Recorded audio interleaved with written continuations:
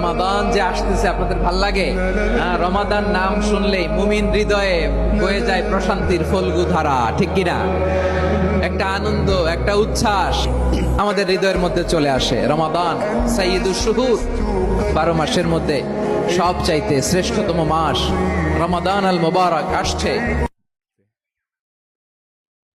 আপনাদের বাসাতে দাওয়াত আজকে আমাদের।